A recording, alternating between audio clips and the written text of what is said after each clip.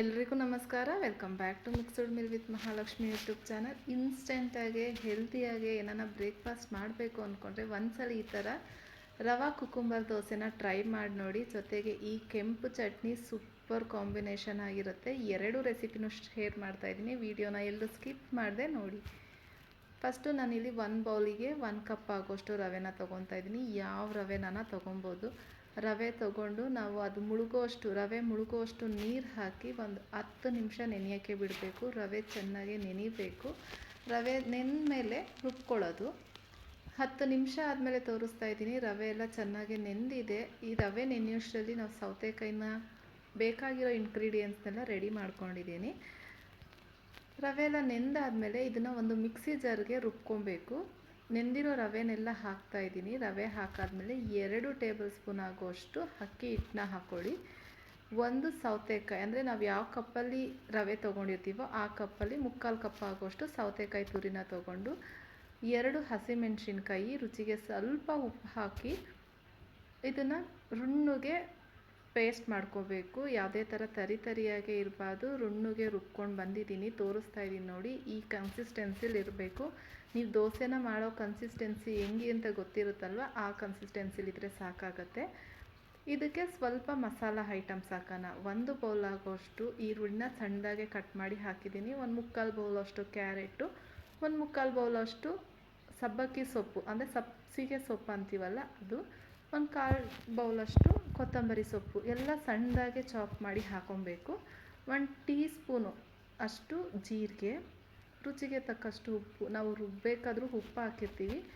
ಸಪ್ಪೆ ಅನಿಸಿದ್ರೆ ಹಾಕ್ಕೊಳ್ಳಿ, ಕರೆಕ್ಟ್ ಇದೆ ಅಂತಂದರೆ ಏನು ತೊಂದರೆ ಇಲ್ಲ, ಇದೇ ಸಾಕಾಗತ್ತೆ.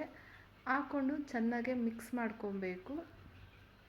ನೀಟಾಗೆ ಮಿಕ್ಸ್ ಮಾಡಿಕೊಂಡು ನಿಮಗೇನಾನ ಇದು ಸ್ವಲ್ಪ ಗಟ್ಟಿ ಅನಿಸ್ತಾ ಇದ್ದರೆ ನೀರು ಹಾಕ್ಕೊಳ್ಳಿ. ದೋಸೆ ಬ್ಯಾಟರ್ ಯಾವ ಹದ ಇರುತ್ತೋ ಆ ಹದಕ್ಕೆ ಕಲಿಸ್ಕೊಬೇಕು. ನನಗಿಲ್ಲಿ ಕನ್ಸಿಸ್ಟೆನ್ಸಿ ಕರೆಕ್ಟಾಗಿದೆ ಅನ್ನಿಸ್ತಾ ಇದೆ. ಕರೆಕ್ಟಾಗಿದ್ದರೆ ಪರವಾಗಿಲ್ಲ, ಇಲ್ಲಾಂದರೆ ಸ್ವಲ್ಪ ನೀರು ಹಾಕಿ ತೆಳು ಮಾಡ್ಕೊಳ್ಳಿ. ಇದನ್ನು ನೆನೆಸೋಕ್ಕೆ ಇಡೋಣ.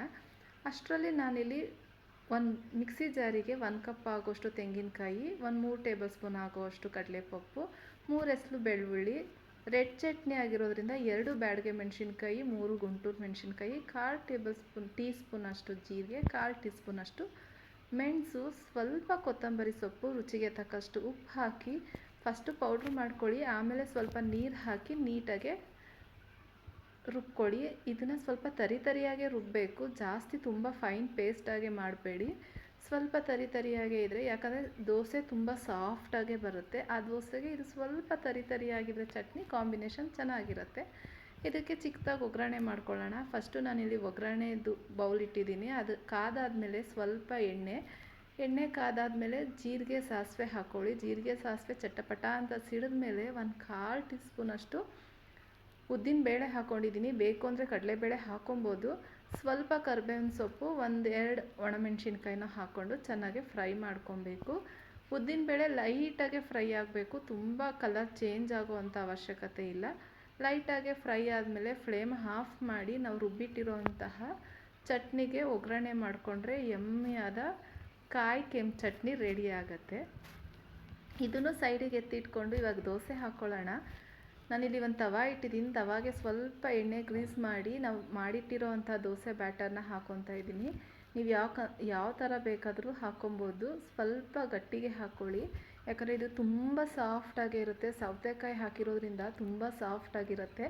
1 ಟೇಬಲ್ ಸ್ಪೂನ್ ಆಗೋಷ್ಟು ಎಣ್ಣೆ ಹಾಕ್ಕೊಳ್ಳಿ. ಎಣ್ಣೆ ತುಪ್ಪ ಯಾವ್ದು ಬೇಕಾದರೂ ಹಾಕ್ಕೊಬೋದು.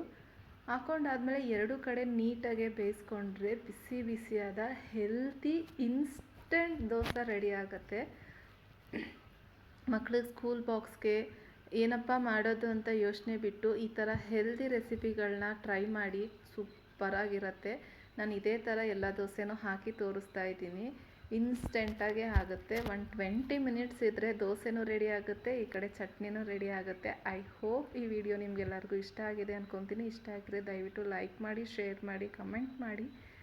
ಸಬ್ಸ್ಕ್ರೈಬ್ ಆಗಿಲ್ಲ ಅಂದರೆ ಪ್ಲೀಸ್ ನನ್ನ ಚಾನಲ್ನ ಸಬ್ಸ್ಕ್ರೈಬ್ ಮಾಡಿಕೊಂಡು ಹೊಸಬ್ರಿಗೆ ಸಪೋರ್ಟ್ ಮಾಡಿ ಅಂತ ಕೇಳ್ಕೊತಾ ಇದ್ದೀನಿ. ಇದೇ ಥರ ಸಿಂಪಲ್ ಆ್ಯಂಡ್ ಟೇಸ್ಟಿ ರೆಸಿಪಿಗಾಗಿ ನಮ್ಮ ಚಾನಲ್ನ ವಾಚ್ ಮಾಡಿ. Keep supporting. ನೋಡ್ತಾ ಇದ್ದೀರಾ ಎಷ್ಟು ಸಾಫ್ಟಾಗಿ ಬಂದಿದೆ ಅಂತ. Thank you for watching. ಒಂದ್ಸಲಿ ಮನೇಲಿ ಟ್ರೈ ಮಾಡಿ ಕಮೆಂಟ್ ಮಾಡಿ. ಬಾಯ್.